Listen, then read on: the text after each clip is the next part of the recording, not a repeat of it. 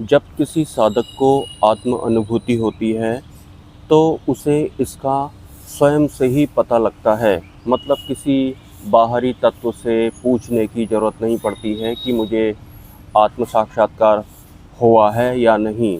मतलब सबूत के साथ ये पूरा प्रोसेस या फिर ये पूरी प्रक्रिया जो है वो फलित होती है। लेकिन आत्म साक्षात्कार या फिर आत्म अनुभूति होने से पहले हमें पात्र बनाया जा रहा होता है या फिर हमें सुपात्र बनाया जा रहा होता है। मतलब आध्यात्मिक यात्रा में हमारे बहुत सारे गुरु भी हो सकते हैं। मतलब जिस तरह का हमारा इंटरनल सिस्टम होता है या फिर अंतःकरण होता है, उस हिसाब से ही हमें इस भौतिक जगत में गुरु भी मिलते हैं या फिर उस हिसाब से ही हमको गुरुओं की वाणियाँ भी समझ में आती हैं। सिंपली एक साधक शुरुआती चरण में सिद्धि मार्ग में होता है, फिर धीरे धीरे उसे पता लगने लगता है या फिर उसकी समझ इस लेवल की हो जाती है कि वो सिद्धि मार्ग को पूर्ण नहीं मानता है और सिद्धि मार्ग पूर्ण होता भी नहीं है। तो सीधी सी बात है, अब उसके जीवन में कोई अन्य गुरु आने वाले हैं। लेकिन सिद्धि मार्ग का त्याग करने के बाद जो अन्य गुरु की शरण में साधक आता है, ज़रूरी नहीं है कि वो गुरु डायरेक्ट अंतिम गुरु ही होंगे। उससे पहले भी उसके जीवन में बहुत सारे गुरु हो सकते हैं और हर गुरु से उसे कुछ न कुछ सीखने को मिलता है। मतलब टोटल मिला कर के उसका इंटरनल विकास होता है, उसे अपनी कमियां पता लगती हैं, साथ साथ उसकी ऑब्जर्विंग करने की क्षमता में भी विकास होता है। मतलब टोटल मिला करके उसकी पात्रता ही बढ़ती है। पात्रता किसके लिए? आत्म साक्षात्कार के लिए या फिर आत्म अनुभूति के लिए। तो ऐसे ही आध्यात्मिक यात्रा में आगे चलते चलते एक दिन उस साधक को एक गुरु मिल जाते हैं, जिनके वो सानिध्य में भी रहता है, उनके प्रवचन भी वो सुनता है, सब कुछ ठीक ठाक उसे लग रहा होता है। यहाँ मैं उस साधक की यात्रा की बात कर रहा हूँ जिसने जीरो से स्टार्ट किया था। मतलब अचानक से उसकी आध्यात्मिक यात्रा शुरू हुई थी। वो इस दुनिया में भी बहुत कुछ करना चाहता था। उसके बाद धीरे धीरे वो सिद्धि मार्ग में आता है, फिर वो मोक्ष मार्ग में जाता है। वहाँ उसे सिद्धि मार्ग के ना वाले गुरु मिलते हैं।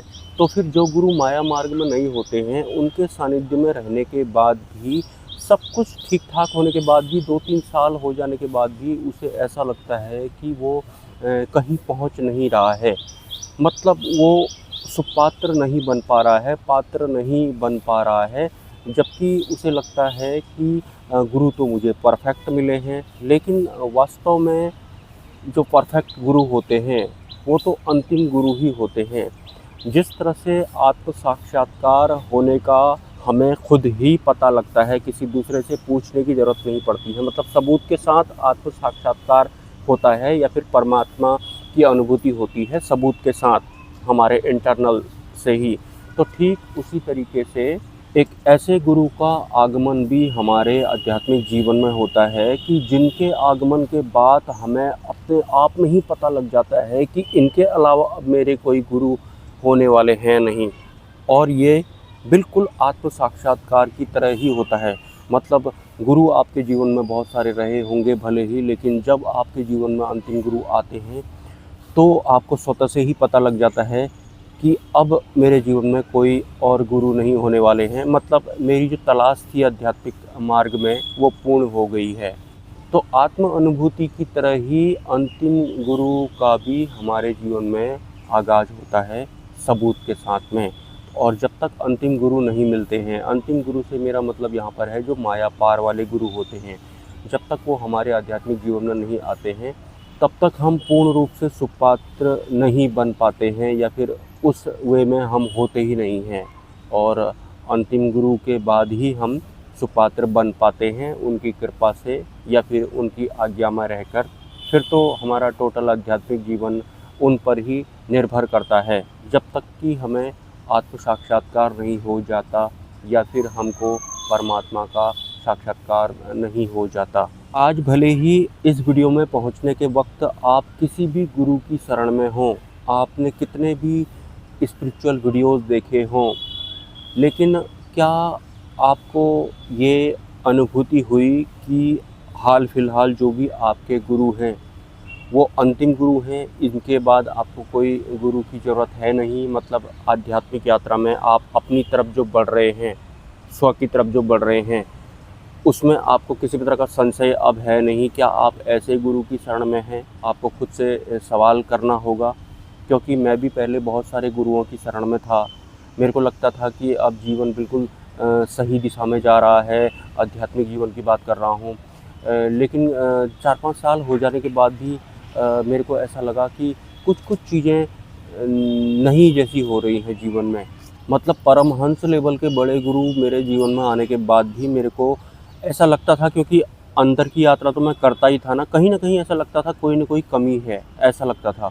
उसके बाद मेरे जीवन में अंतिम गुरु का आगमन हुआ, जिनके बारे में इस चैनल के बहुत सारे लोग जानते हैं।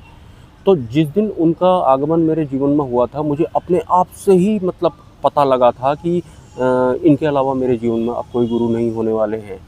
और वास्तव में ऐसा मुझे इंटरनली भासित हुआ था। जिन भी लोगों के जीवन में अंतिम गुरु नहीं हैं, कोई अन्य गुरु हैं, हालाँकि गुरु तो गुरु होते हैं, वो हम सबको अच्छे भी लगते हैं, प्रिय भी लगते हैं।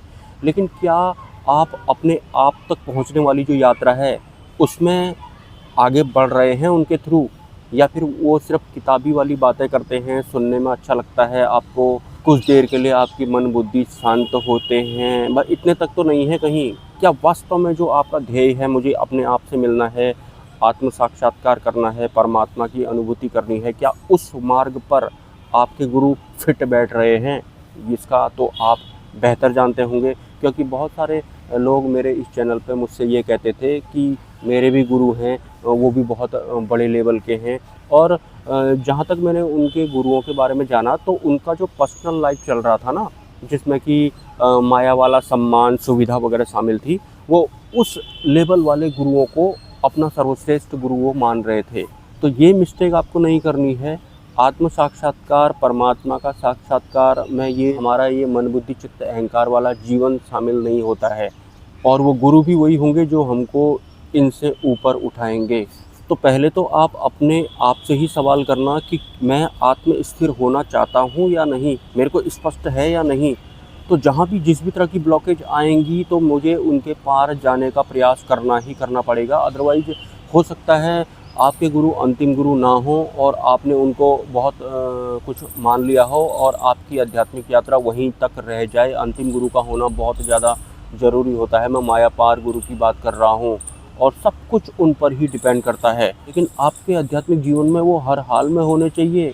क्या जिन भी गुरु की शरण में आप हैं, क्या आप आत्म साक्षात्कार की तरफ बढ़ रहे हैं, या हो गया है आपको आत्मज्ञान, या फिर बस खाली आप प्रवचन सुने जा रहे हैं? बस आपके मन को ऐसा लगता है कि मेरे जो गुरु हैं वो बहुत परफेक्ट हैं।